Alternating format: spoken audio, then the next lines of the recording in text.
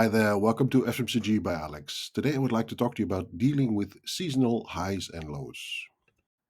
So, what are seasonal highs and lows? Basically, you have a number of events or holidays on the calendar: Christmas, Valentine's Day, Easter, Father's Day, Mother's Day, back to school, Eid Mubarak, Eid al Adha, those are the Muslim holidays basically. Black Friday, Cyber Monday, very well known, and of course, many national holidays like Liberation Days and that sort of stuff. Uh, the point of this is that all of these holidays, all of these events, all of these special days, actually, or times of the year, so sometimes there are multiple days that are, of course, involved. It's a run up to a sale event. So a lot of brands are investing heavily in, yeah, advertising promotions, basically, because sales will increase around this time. So you can link your brand to an event. With regards to Black Friday, even there was a movement that brands, please don't do anything with Black Friday. Black Friday once in the US used to be an event where electronics would be pushed, mainly electronics, but it moved to clothes, other consumer products, basically. And now almost anything and anyone is doing something on Black Friday, because if you don't, you're left behind. So if there are companies that don't do it, they even get credit for it, that they don't participate in this. They are, basically looking at sympathy from consumers as well. In reality, of course, Black Friday is a very good moment where everybody expects deep discounts. Usually, these deep discounts are not as deep as you think. There might be prices that have been increased just before, just to make sure that the discount looks more spectacular, or products that are maybe not even available at the Black Friday sale that also happened before. So all these things are, quite relevant for looking at like, what is the possibility for you to increase sales for your FMCG brand. So FMCG is actually not necessarily a category for Black Friday, but a lot of companies do it, of course, around Black Friday. So Christmas, you have the Christmas chocolates, those all the things that you eat around Christmas. A lot of meats, a lot of delicacies, delicatessen, basically. Valentine's Day, of course, is also candy, chocolates, basically. Easter eggs, chocolate Easter eggs. A lot of it actually revolves around chocolate. We have a lot of products that could be suitable for this. Father's Day, Mother's Day. Now, there are things that are very suitable for Father's Day, Mother's Day. Father's Day could be, for example, beer or any other alcoholic product. Of course, there are limits to whether you can advertise alcoholic products, so you can bundle them, but there are a lot of things that are possible in this sense. Mother's Day would be more things for mother. Would be maybe also perfume. Just Valentine's Day would be perfume as well. Anything that is, for a lady, basically. Then you have back to school. Back to school also revolves more around non-food than food, but can also be things. Okay, what do you put in your lunchbox, for example? So non-food is basically all the materials that you get for school, basically. Um, Anything can be also clothes, textiles, etc. Eid Mubarak is actually the main holiday in Islam. So Islamic countries have Eid Mubarak, which is an event where usually they celebrate it only one day, but it's actually a full month of fasting that would come before that. Weirdly enough, during the fasting month, the consumption goes through the roof because people don't eat all day, they indulge more in the evening. And especially around the Eid Mubarak, that's actually a time when everybody visits each other, and are basically invited, and there has to be something that you serve your guests. So it's a lot of things. Okay, now we can eat again, now we can celebrate again, basically. So Eid al-Adha is actually the sacrificing time, so it's similar to Eid Mubarak, but used to be Eid al-Adha. Actually, in Islam, is funny enough, it's the more important festivity, but Eid Mubarak became more the time when people from outside of town came home. So that is the reason why Eid Mubarak became more important, because everybody sees each other. You have all your children. If you're a parent and you have your children going to college or you're working in another city, they would come home and you would celebrate it as a family. Well, Eid al-Adha is actually not that custom, but They would sacrifice goats, sheep, cows, etc., basically, and then distribute the meat to traditionally to poorer families who can't afford it. So you have to imagine it's more like about uh, charity, about these Muslim celebrations are very much about also Islam, and you can tie your brand very much to these events, basically. Then, of course, you have, like I mentioned, Black Friday, and what follows right after is Cyber Monday. So Cyber Monday is more an online event. Black Friday, of course, also is used online.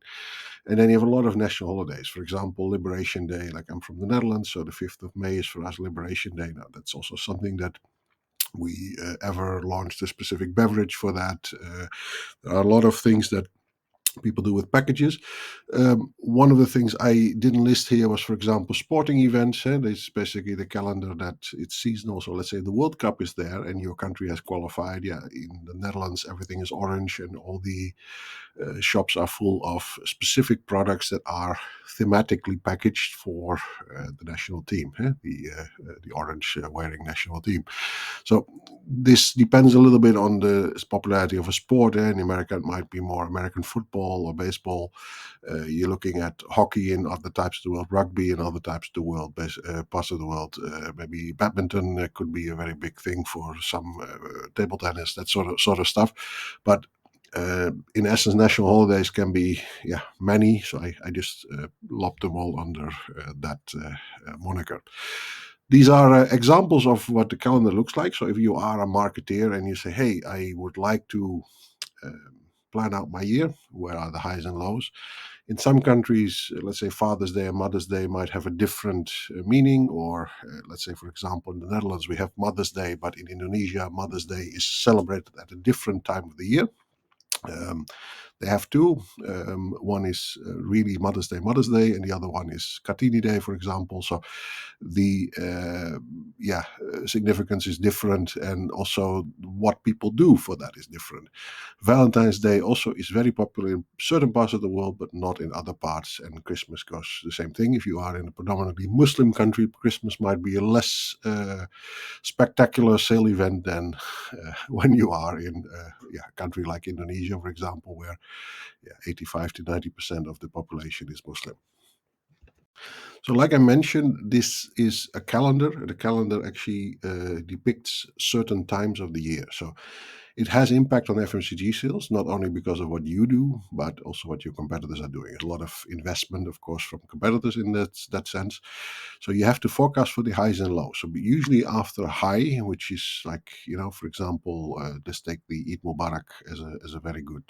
So it's a month where sales are the highest of the year, maybe 2, 3 times, even 4 times in the past. Maybe not anymore, but in the past we could reach 4 times the sales basically of a normal month, and then afterwards everybody's out of money because it's a very expensive month. It's similarly to January in, let's say, the Netherlands or any Western country, basically, where you spend a lot of money on food and beverages, FMCG products in December to feast on with your family.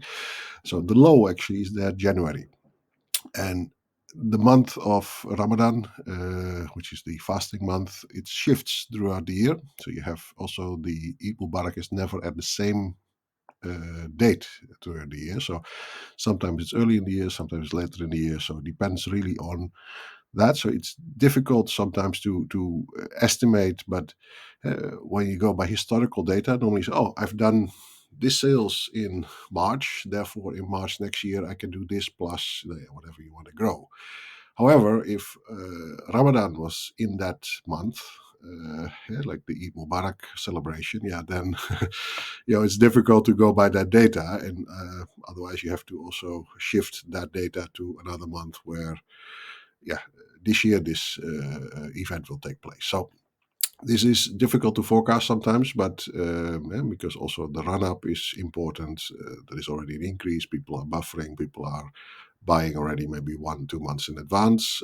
Retailers are stocking up, basically. So all these things you need to take in account when you are planning for the festive season, the highs and lows, basically. So the lows, actually, I will go into it later, how to deal with the lows and how to, still stay relevant, basically.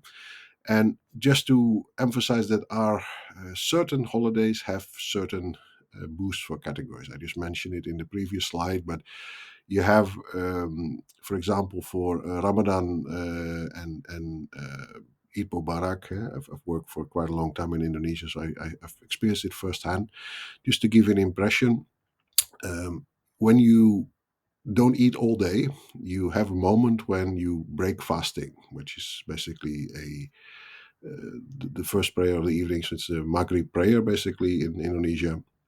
It's around 6 o'clock, six-ish in the evening.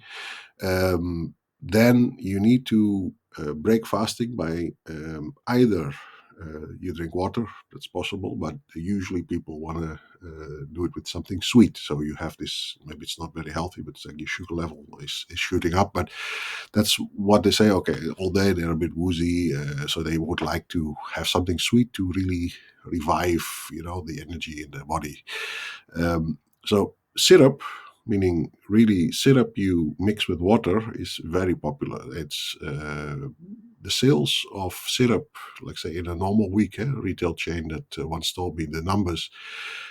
Syrup like that, once they maybe sell one box a week, so one carton a week per store, in a normal day, and they sell 30,000 cartons in a week in the actually the time when Ramadan is upon them. So you have to see that the syrup producers, they have to produce all year long for the Ramadan period. So syrup is a product you can keep good for quite a long time, but they are really buffering like crazy for the Ramadan month, for the fasting month, basically. So these are the boosts. This is a very extreme case. I think there are other moments, like say, try and sell chocolate in the summer in the Netherlands, for example. Now, there's not much going on there. It's usually too hot.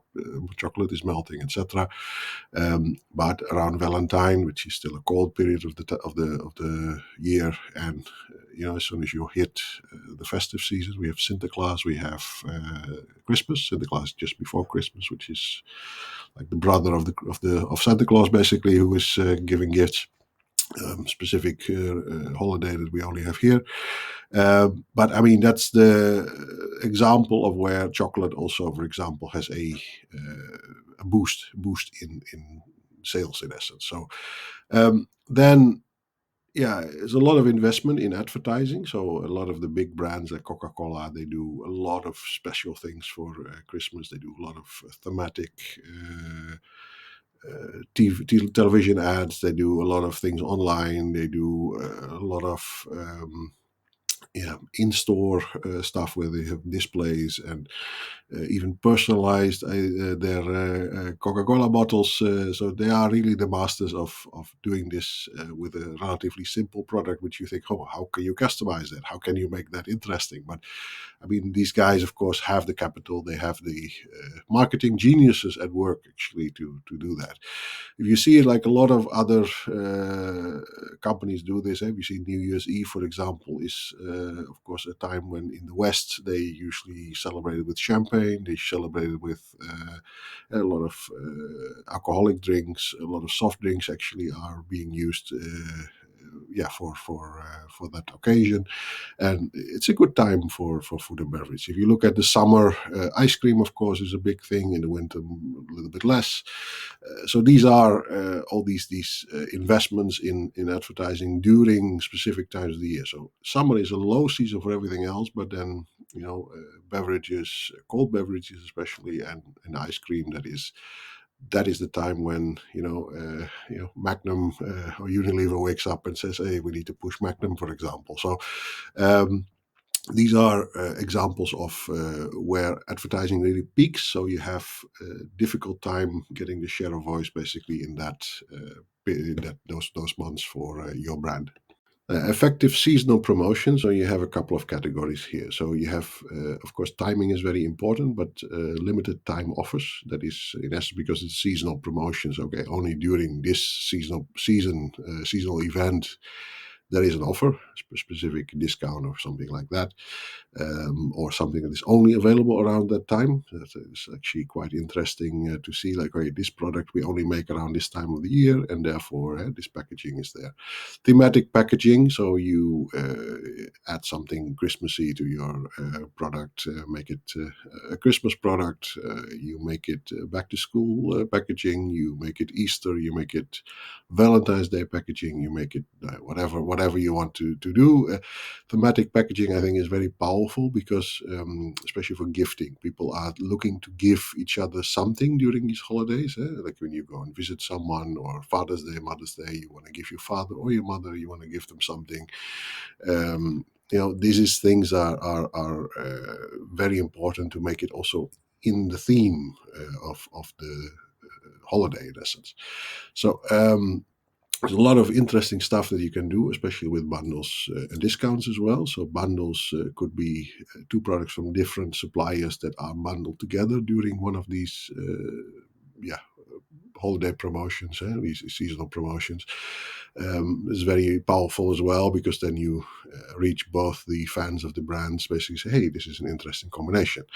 And of course, specific discounts, like it's a sale, so therefore discounts also are part of it. So you have this in virtually every category.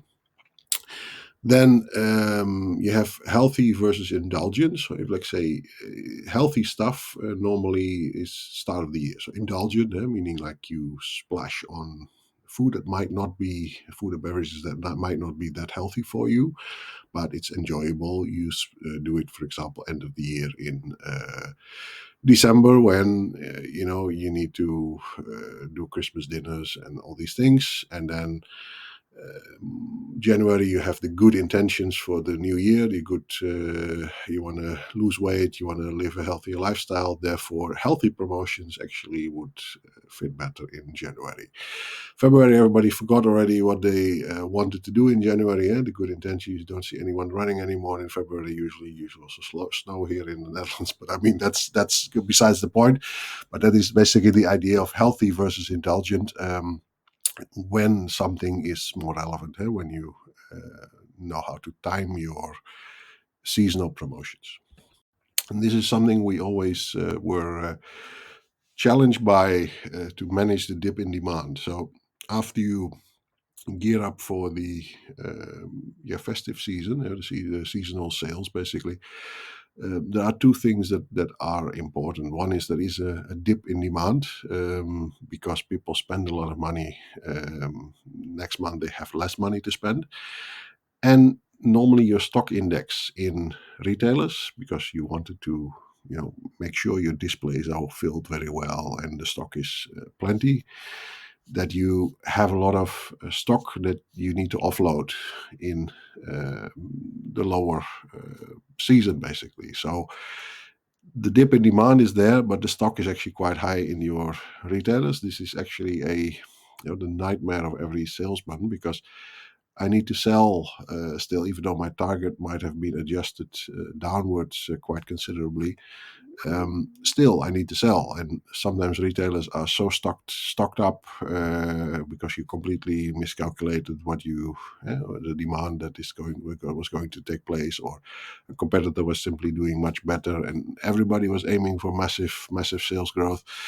Yeah, that's something that can lead to problems. And the main purpose of this is actually to stay relevant during the low season. So, okay, you've done very well in the festive season, but then staying relevant and actually capturing the value that is there is actually the key point for this exercise.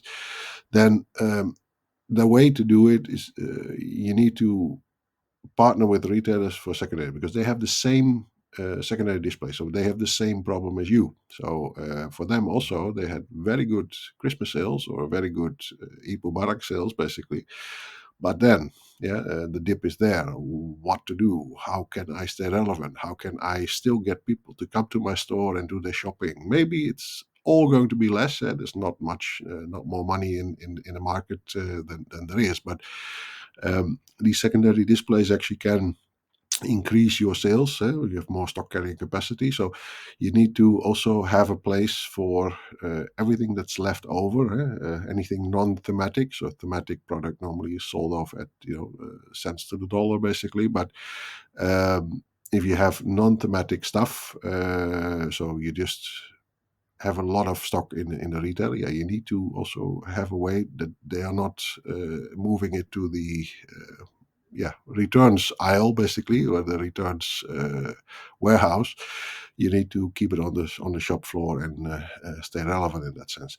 So the way to manage this also is looking at cross promotions. There are other brands who have exactly the same problem as you. So everybody's in the same boat here. Cross promotions meaning like you bundle it with something else that you need to people who also have a stock access, basically, that you can bundle it and give a discount, because buying both together might be something you can do with regards to offloading the stock together. When you have to give a discount, you better make it interesting for the customer to take it on, because your competitor is still doing the same. Now, then something I always found very interesting was trying to create your own events and activities. So who says that, February, for example, even though Valentine is around the corner, but or March, what is a low season? Why is that a low season? Why is it that you can't create your own events, your own activities to create this sale event, to actually have, okay, like for example, I used to work for a milk company. So, okay, it was National Milk Drinking Day because we said so. And, that is something that everybody was gearing around. So these are the examples where you can fill the quiet period with something unique that you design yourself. Again, it will not be as spectacular as a real festive sale, of course, but to stay relevant and to be creative, like I say, just because these are the rules doesn't mean you have to play by them. That's what I'm trying to say. You can also create your own destiny. Thank you for watching. I hope you enjoyed this one. I wish you a Merry Christmas, and I hope to see you in the next video. Please don't forget to like and subscribe.